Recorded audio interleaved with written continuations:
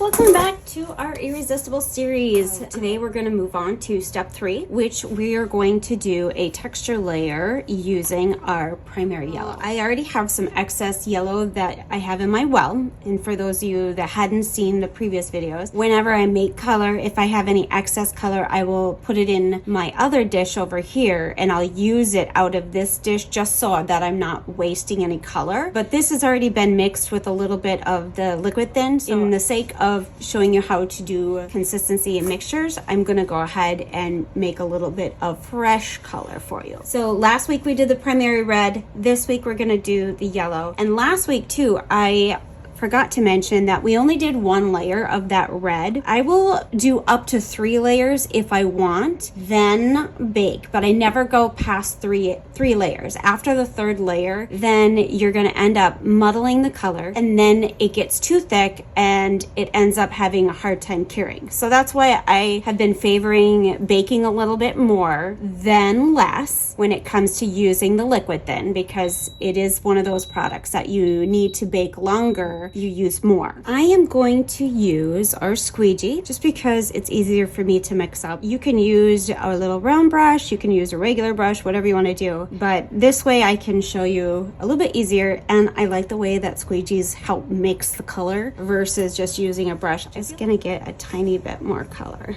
That altogether is probably about the size of a pea with your pigment, and this is the Irresistible's primary yellow. And to refresh, we are going to use our liquid thin, and I'm going to use just enough to cover the pigment. It's close to a 1-to-1. I find that it's more like a 1-to-3. Just going to do 1 more drop. That's about all I'm gonna do. If I were to put this on the kit right now, it would be shockingly yellow. So I'm gonna thin this out with a little bit of thinner as well. For those of you that were watching the earlier video, I was trying to remember the name of the thinner that Esther had recommended. Oh, it's the Eco House Citrus Thinner Extra Mild. I really like it. It actually has a really sweet orange scent to it, and it works really nicely. I also talked to Esther about thinners in general. She had suggested that switching out from the Mona Lisa, because she's not been a big fan of the Mona Lisa. It's up to you, personal preference. I'm gonna do about 5-6 drops of our thinner, and then we're just gonna mix this up really well. Now, if you're using thinner in your mix to have a little bit thinner consistency, you definitely want to let it flash. If you're not using thinner in your mix, you don't necessarily have to let it flash. The one thing that you can do to soften this yellow out so it's not so bold is you can add a little bit of your titanium white if you're using Genesis. I actually don't have white in the Irresistibles yet, so I'll have to reach out to Esther so that I can get some of the white to show you. I'm gonna do a couple more drops just so I have a little bit thinner. So I added 3 more drops into our mix. I just wanted a little bit more translucent. And if you hadn't watched the earlier video, I had suggested mixing your pigment with your liquid thin first, then adding your thinner to it. I find that the pigment mixes a lot nicer. It's just more of a creamy consistency. We're gonna use our texture sponge. Again, for sake of time, I'm not gonna go into how we're gonna make these sponges today, but I will make a video dedicated just to the tools. And I'm gonna pick up some of that color on my brush, and then I'm gonna glaze over the top of this. When you have spread out the color on your palette, then if you wanted to, you could tap it like that, but don't tap it into a big glob of your color, because then it's going to end up having too much color on your sponge. It's going to, 1, waste product, and 2, it's going to leave it way too bold. So very lightly, starting in the back, doing that twisting motion, I'm going to do my spacing a little bit further apart, going behind the ear, and I use that angled part of my wedge that's a little longer to get in behind that ear. And going all over the entire kit.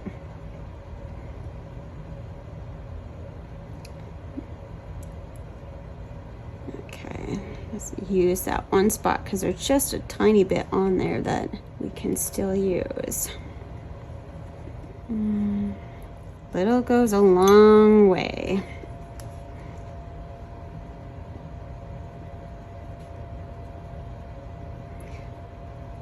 Okay, I'm gonna go in the ear.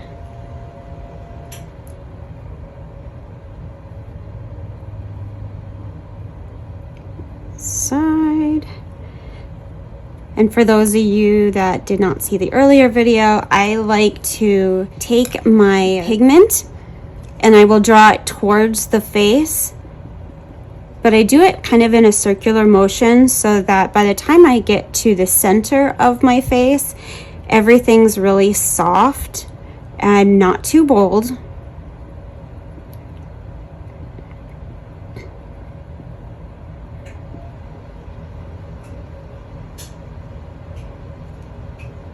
There we go.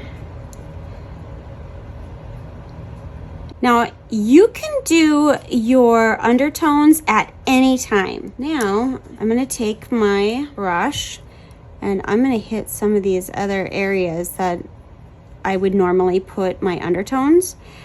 We've already done our creasing for the most part, but if you feel like you want to go over it, you certainly can, but you are not obligated to. For the yellow, I hit the inside portion of this cartilage, top of the ear. Make sure you're getting underneath that rim of your ear. Same for the back of the ear right through here. Let's see, make sure I got in there pretty good. Okay, I'm gonna hit the nose. These are the key areas that I'll do as I'm building the color. Cross the bridge. So that's looking pretty good. All right, I'm gonna set his head aside. All right, so we got our leg. We're gonna do the same process that we did with the head, picking up that color, glazing it across the top of the sponge.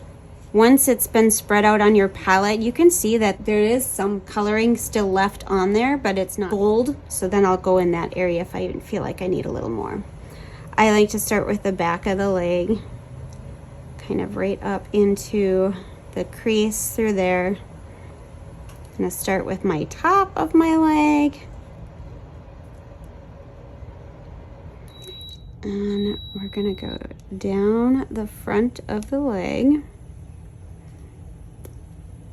using that angular portion of our sponge to get in behind the leg there next to the crease.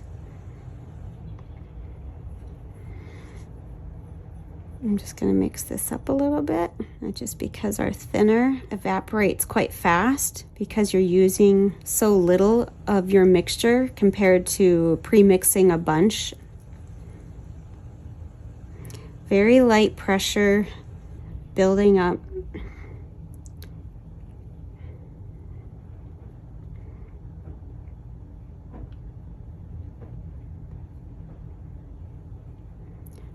Do the toes, the heel, ankles.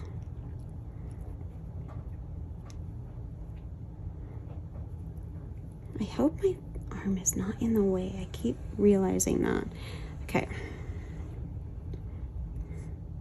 I'm not gonna go into too much. Now, again, you can use your dry brush to blot it out if you have any areas that you feel are a little too bold and you want to soften it. By using your dry brush, that's going to soften that pigment out and it have more of a blotchy effect. All right, we're going to move on to the arm.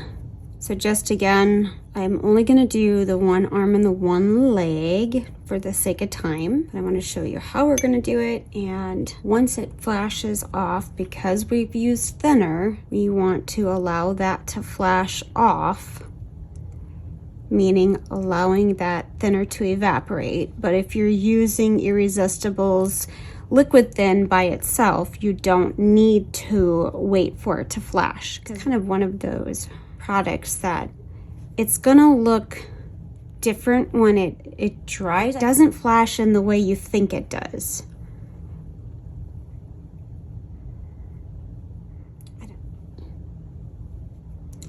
Getting our yellow between all of those little nooks and crannies.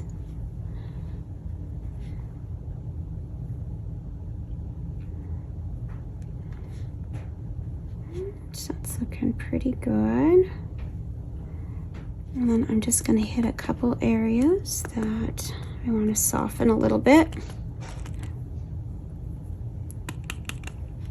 If you didn't see that part, you don't remember, just remember you can always blur the underlying layers by using dry brushing. So it's more of a softer texture versus more of a defined texture. I'm going to put a little bit of my yellow on my knuckle area. And then I'm going to blot that. I'm going to move on to the other arm. Meanwhile, I'm going to go back to the head because I want to do 2 layers of this before we bake. So this is what I mean when it's been flashed off, that thinner has evaporated, it has left just the pigment behind. It's a very soft underlying layer, so it's not very bold or striking, even though it may appear to look that way initially. I think I want to thin that out just a tiny bit, because over time, when it sits, that thinner is evaporating in our plate as well. So I just added a few drops, because you want it to be a thinner consistency, not watery, but not real creamy, kind of in between that. So you can kind of see how it runs. It's going to leave a little bit of that color behind. If you find that is too strong for your liking, you can always thin it out even more. The nice thing with the Irresistibles and using the liquid thin, that does help reduce the amount of layers that's needed, and it helps that pigment be applied in more of a smoother manner. So I'm going to go very lightly, light pressure.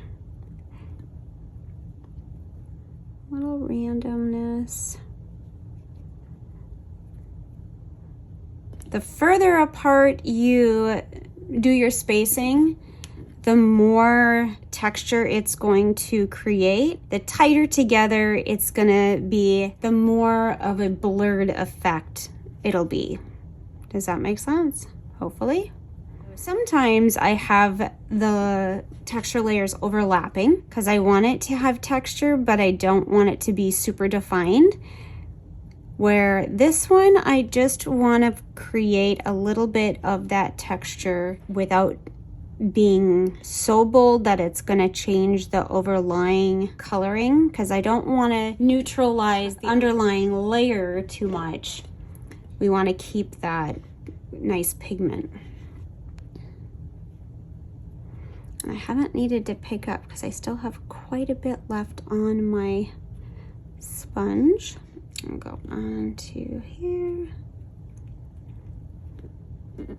underneath.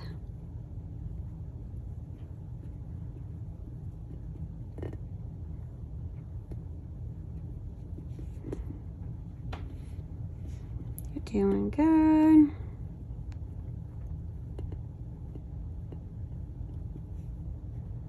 Over the nose. Whenever you have those curvatures in the face, just do that rocking motion to get into those areas. I'm going to take a smaller dry brush and I'm just going to tap out the bridge of the nose, because I don't really need to add more yellowing there, but I'm going to soften out that texture just a little bit. Okay, and I'm going to do that a little bit on the ear here. We want it to be yellow to represent that cartilage, but we don't want it to be shocking. Okay. That looks good. Meanwhile, I will let this flash. I'm gonna go back and I'm gonna do the other arm and leg for our first layer, and then I will repeat that process with the arms and the legs one more time. So for this segment, you want to do 2 layers of your yellow round using your texture. You can already see the difference between the flange and where we've painted. It's building up really nice coloring. This is only 3 layers so far. I love the Irresistibles. It just really is a nice coloring that makes a big difference in a short amount of time. Okay, so for you guys, go ahead and do that. After your second layer, make sure you preheat your oven to 265 using the oven thermometer, and then you're gonna bake this round for 9 to 10 minutes. If you're using a little bit more of the liquid thin, remember you want to bake a little bit longer, so then maybe go 10 to 11 minutes.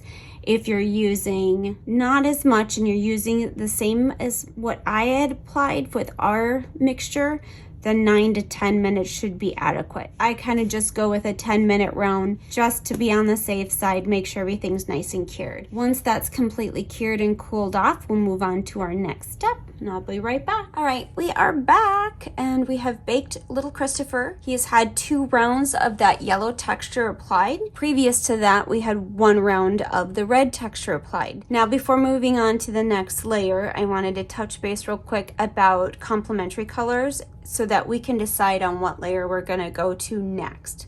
So when we look at our little Christopher and how we've applied our yellow, you can see that it's got a very nice tone coming to it. So we want to complement the yellow that we've got on here by building up and using a complementary color. We again are using the primary red, yellow, and blue, but we're going to make our secondary colors. If you look at your color wheel, your primary colors, the red, the yellow, and the blue. The secondary colors would be your violet, your orange, and your green. The tertiary colors would be your blue violet, your red violet, your red orange, your yellow orange, your yellow green, and your blue green. For complementary wise, when we look at little Christopher, he's got that yellow base coming through. So in order to complement the yellow without neutralizing it, we're going to do a complementary layer. We're going to stick with either that red violet or blue violet. It's really up to you what you want to do. You can do a split complementary, whatever. So right in this family is going to help complement the yellow without neutralizing it. But how do you complement it without neutralizing it if it's still a neutralizing color? It's the way that you apply the color. So if you were to do an entire wash over the yellow with this color area, you would more than likely neutralize that yellow down more than you probably had originally intended. So instead of doing a wash, we're going to do a layer of our texture again, but we're going to stay in this family. And like we talked about before, if we apply the texture further apart instead of overlapping it, it's going to have more of a softer cast to the coloring versus having a very concentrated coloring. Because the more you overlap your textures, the more it's going to create blurred effect. It's not going to have that real definition. But just so that we can complement the yellow that we've already done, we're going to do more of that texture but further apart. With that, I want to create a red violet to complement that yellow. Why red violet? I like red violet, one, because it's one of those magic colors that whenever you're in the maroon family, it is one that's going to help bring a lot of depth to the skin tone quicker. Maroon or magenta is one of those magic colors. So by going into a red violet, that's going to not only help complement the yellow, but it's going to help bring a little bit more richness to that skin tone a little quicker. How do you create red violet? So just like when you're creating your secondaries, if you take your red and your blue, oops, right here, red and blue, you're going to get violet. In order to get red violet, you're just going to add a little bit more red into your violet mixture to get to that red violet. we're gonna grab our red and our blue, and I'm gonna use my squeegee. I'm gonna use equal parts of our red and our blue. So you can see I'm gonna use just about that much of our red, and I'm gonna get any of my excess off just to make sure that I don't put it in the blue. And then we're gonna pick up our blue. So we're gonna do about that much, maybe a little bit more. There we go. And then we're gonna do the liquid thing. So we're gonna do about a 1 to 3 ratio for liquid thin, like a small pea size of your liquid thin. So just enough liquid thin to cover your color. So I've got 3 drops of my liquid thin to 1 little tiny dollop of our color. And then I'm gonna mix this, okay? I love mixing color. It's such a fun thing to see it changing. Make sure you're mixing really well, because you don't want to find that you've got any of that pigment that didn't get mixed, and then all of a sudden you go to apply it and you put this big blue blop on your guy. You can see with our red violet, we got a little bit more of a reddish hue in here. I'm gonna neutralize that just a hint with a little bit of blue to drop it down just a tiny bit. And there really isn't anything on my squeegee. It literally is just kind of a nice little amount that I've got on there. So now I ended up doing just a hair too much of the blue. So I want to show you. So we got like a really good, well, maybe it might be okay.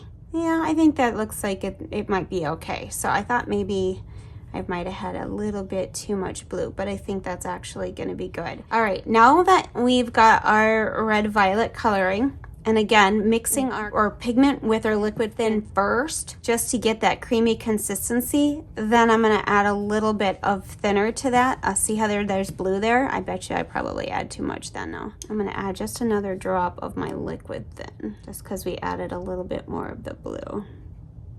Do 2 drops. I love these squeegees. If you have not got yourself one, you definitely want to get one. They are so nice to be able to mix your color with and not waste any product. That looks good. All right, I'm gonna get our color put away, the red away, put the blue away, and then we're gonna add about 5 drops of our thinner. I'll start with that and see how we're at. Because again, you want it to be not liquid, but not creamy. You want to kind of be in between. If it's too creamy, I like to thin it down just a little bit more, so that when you've got it on your palette, see how there's just no movement? It's just suspended.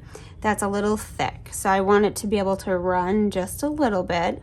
So I'm gonna add a couple drops more. It should run on your plate a little bit, but leave a little bit of color behind. That's the consistency I'm going for. Maybe 1 more drop of our thinner. Oops, well, we got 2. That's okay. So we want it to be a nice transparent layer just to complement the yellow, not neutralizing it. Okay, there we go. So if I'm turning my palette, see how it's running on the plate, and it's just coating the plate really nicely, but it's still having a runny kind of consistency. That's what we're going for. Now we're gonna do the next layer. I'm gonna get out my texture sponges. We're gonna be doing a video on how to do these tools soon, because I need to make some more. Because I like this one here, the texture on this one a little bit better than this one. I think I'm gonna go ahead and do this one. All right, we're gonna start again with the head. Getting my brush. I'm gonna coat that sponge just the top of it ever so slightly. And we're gonna start with the back and work our way towards the top.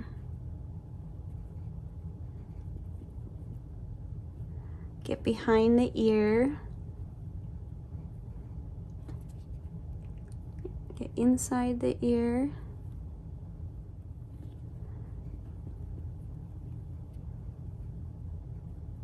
That's looking good. Go behind this side of the ear.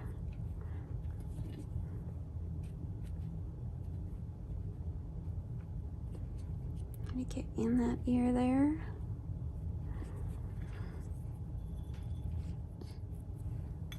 Ready?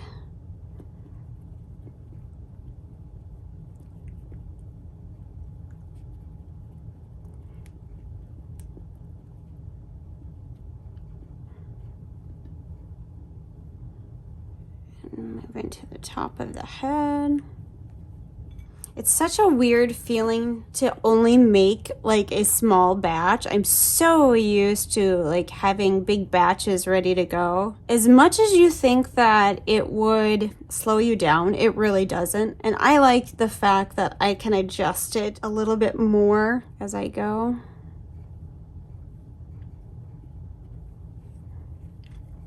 And a little bit more.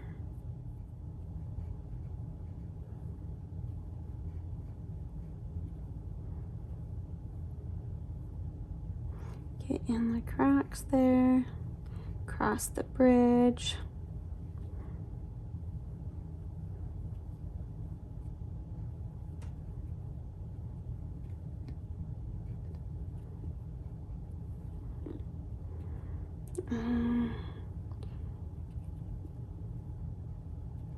Just overlapping it until I'm happy with what I'm looking at. Okay, and then I'm gonna take my dry brush.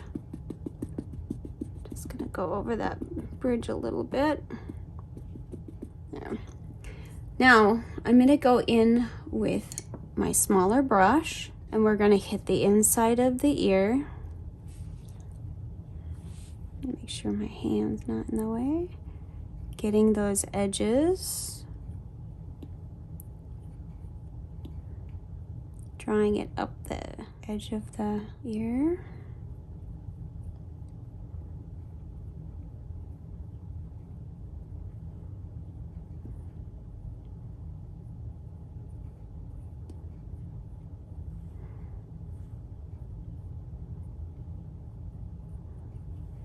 Okay, doing the same on this side. Get inside the ear. Going up the edges, continuing in the ear.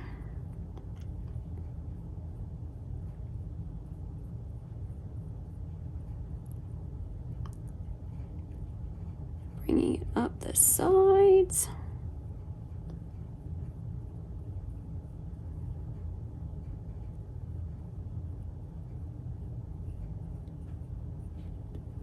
Make it around the top. On the back of the ear.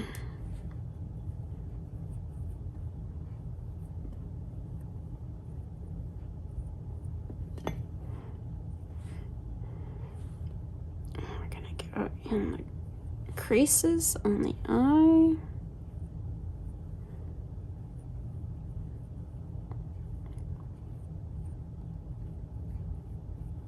Go right in the indentation and across the bridge of the nose. Go around those nostrils.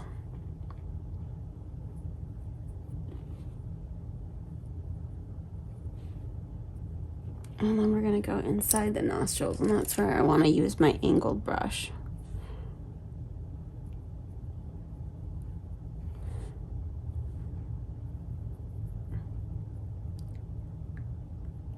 Don't worry if you end up using a little much, like I think I have a little bit too much on there, because I can go over it with my dry brush and just tap it out a little bit.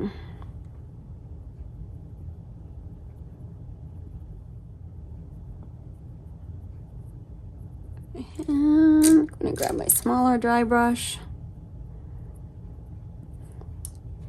We're gonna go right into center there, and then I'm gonna do the creases of the lip.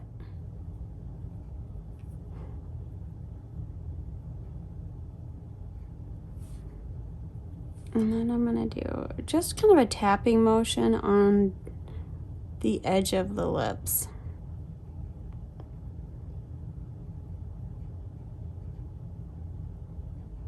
Okay, that looks good.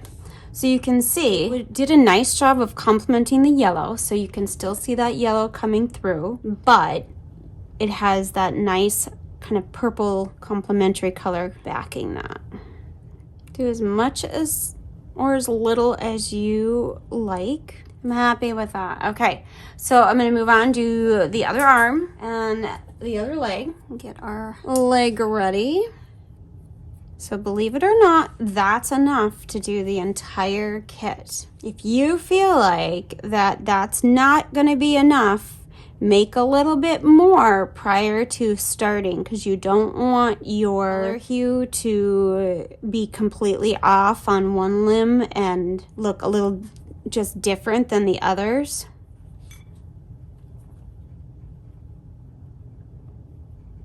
Okay. Doing the whole leg. Now I'm just gonna pick that up.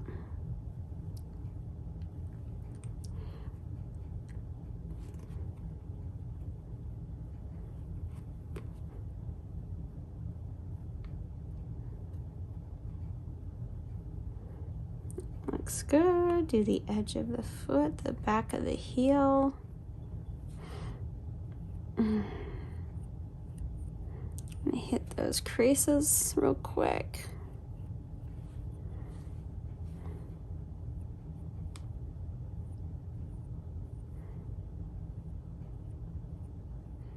Get in between these toes.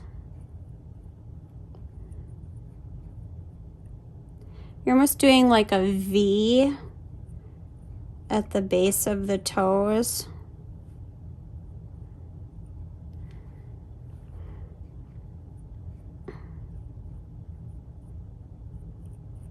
I'm going to hit the very tips of the toes.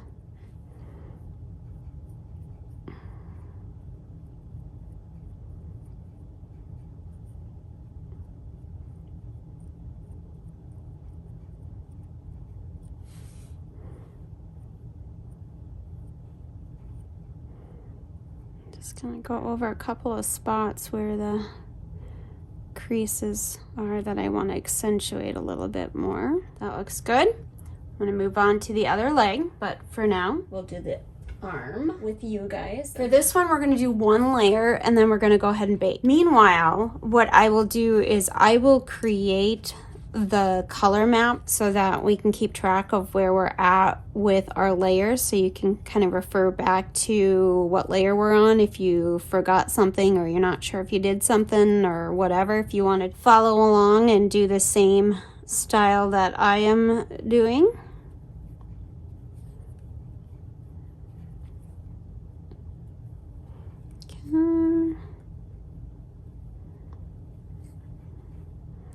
Doing good.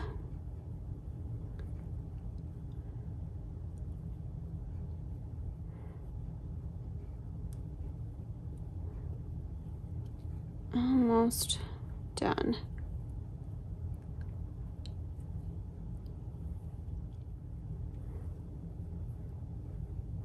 Now I'm going to hit the creases on the arm, starting with the back.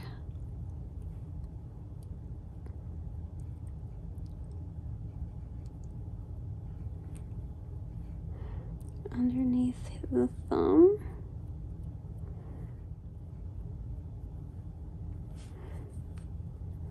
There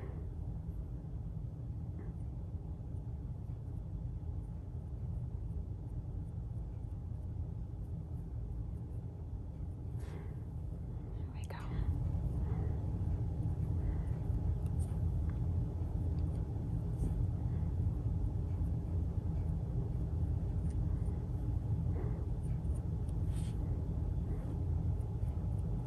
So hopefully you're finding that it's relatively simple working with the Irresistibles. I find that it's just really easy to work with. It's just a different feeling because the consistency is a little different than what I'm used to, but I really do like it.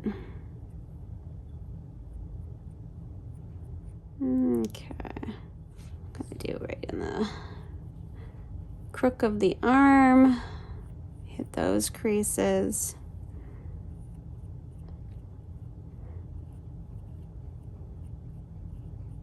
Okay, I'm gonna move on to the other arm, the other leg. We're gonna bake this layer in an oven that's preheated to 265 degrees for 10 minutes. And then once we get done, we will move on to the next layer. For this round, we did our yellow texture, and then we moved on to our red-violet texture to complement that yellow. So I look forward to seeing you guys on the next segment. So make sure that you like and subscribe if you haven't already done so, and hit that little bell so you get notified when I upload the next video. That way you'll stay right on track with us when we post those videos. And I really appreciate you guys watching. I hope you're learning something. Please let me know if you have any questions, if you've got any feedback for me. I really do enjoy reading all of your comments and your questions. It really keeps me motivated to keep making these videos. It's a tedious project, but I absolutely love sharing this art with you guys. So thank you very much for following along, and I will see you guys all again next video. Bye guys.